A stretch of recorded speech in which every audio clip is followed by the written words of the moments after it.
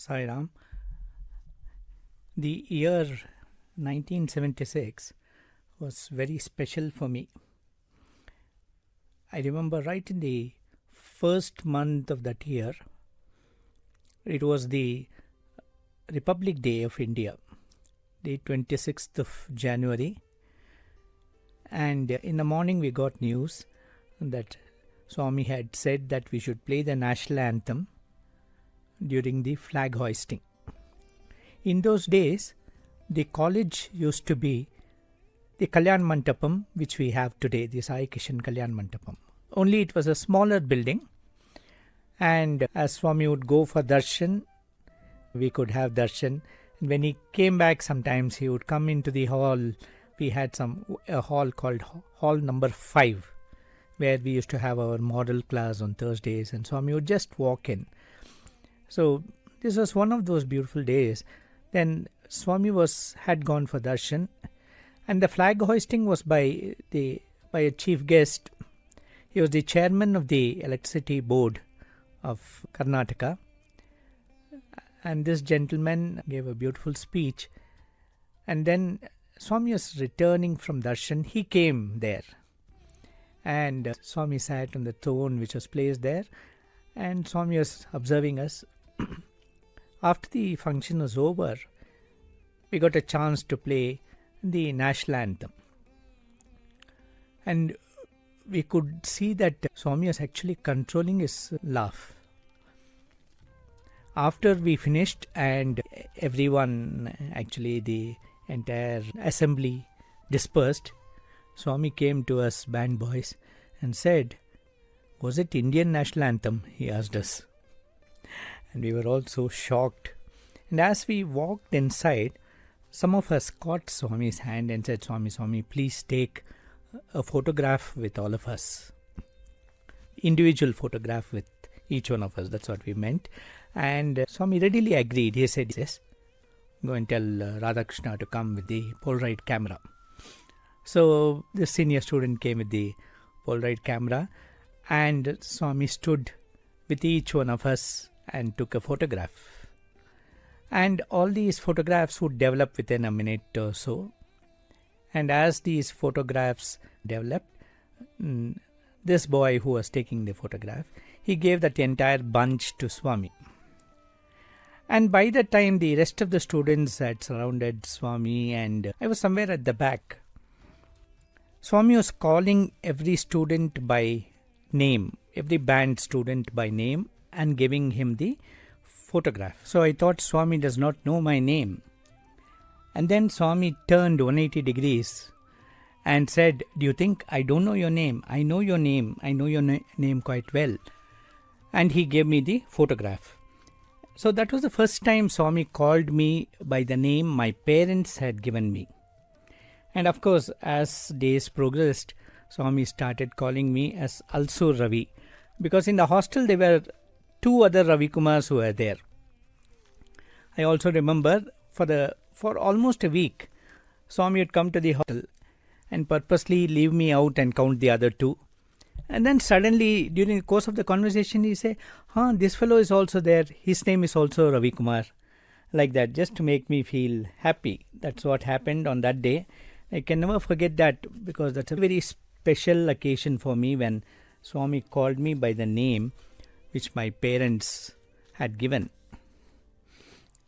That year, for the Ganesh Chaturthi day, Swami came to the hostel. It was on the 28th of August. We are also going to celebrate the shortly, and therefore I thought this was very relevant. Swami came in the morning, and we all assembled in the dining hall. As I mentioned earlier, this dining hall was one long hall at the basement of the Walter Cohen block of the hostel. This is where Swami had actually initiated the Brahmarpanam.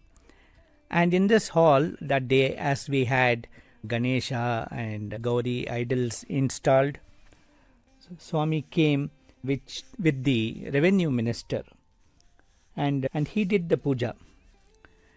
Swami asked him to start the puja, And in between, Swami was very keenly observing. We had put a chair for Swami, and as Swami was sitting there, he created two small idols, one of Ganesha and the other of Gauri. And he said, yesterday was Gauri's festival and today is Ganesha's. And he gave this to the deputy warden, Dr. Lakshminarasimham, and told him to do puja for the welfare of all the boys in the hostel. As the puja was going on, when he said, Naivedyam samarpayami, Swami said, Ochindi. The Naivedyam has reached me. And then, after the puja was over, Swami insisted that each one of us should take flowers, offer it at Ganesha's feet, and do namaskar. In fact, I remember that evening when we had one more very important function which happened that day, and that was the inauguration of the Sri Sathya Sai General Hospital. So that evening, after we had finished all that and come, we were sitting around Swami, and it was quite late, so we thought we will not have the usual session with Swami. Swami told us, first go and do some puja, some slokas, chant some slokas, and have a couple of bhajans in front of Ganesha, because Ganesha is installed in the hostel. Do namaskar and then go for your dinner. Swami was quite particular about this. Coming to the inauguration of the hospital, that evening at 4 p.m., we all started on our journey towards Whitefield. In those days, buses were not there. So we had to walk all the way to Whitefield. It was about 3 kilometers from Vrindavan. And of course, there was no traffic at all, so there was no problem. And all of us in the band wore our band uniform, and we went to the hospital. About 200 meters short as we climbed the little hill which was there to reach and to come down to reach the hospital, Swami slowed down the car so that we could be there on time. And that evening, Swami gave a beautiful discourse on the importance of health, and he inaugurated the Sri Sathya Sai General Hospital. So that was one occasion, that was one nice incident which happened that year. That year, the Dasara celebrations also, it so happened that since we were affiliated to the Bangalore University, our holidays, Dasara holidays, did not match with the actual Dasara festival. So we could go to Prasanthi Nilayam only for the last 3 days of the festival. Anyway, the last Ashtami, Navami and Dashami, Vijayadashami, we were regular holidays, so we could go to Prasanthi Nilayam.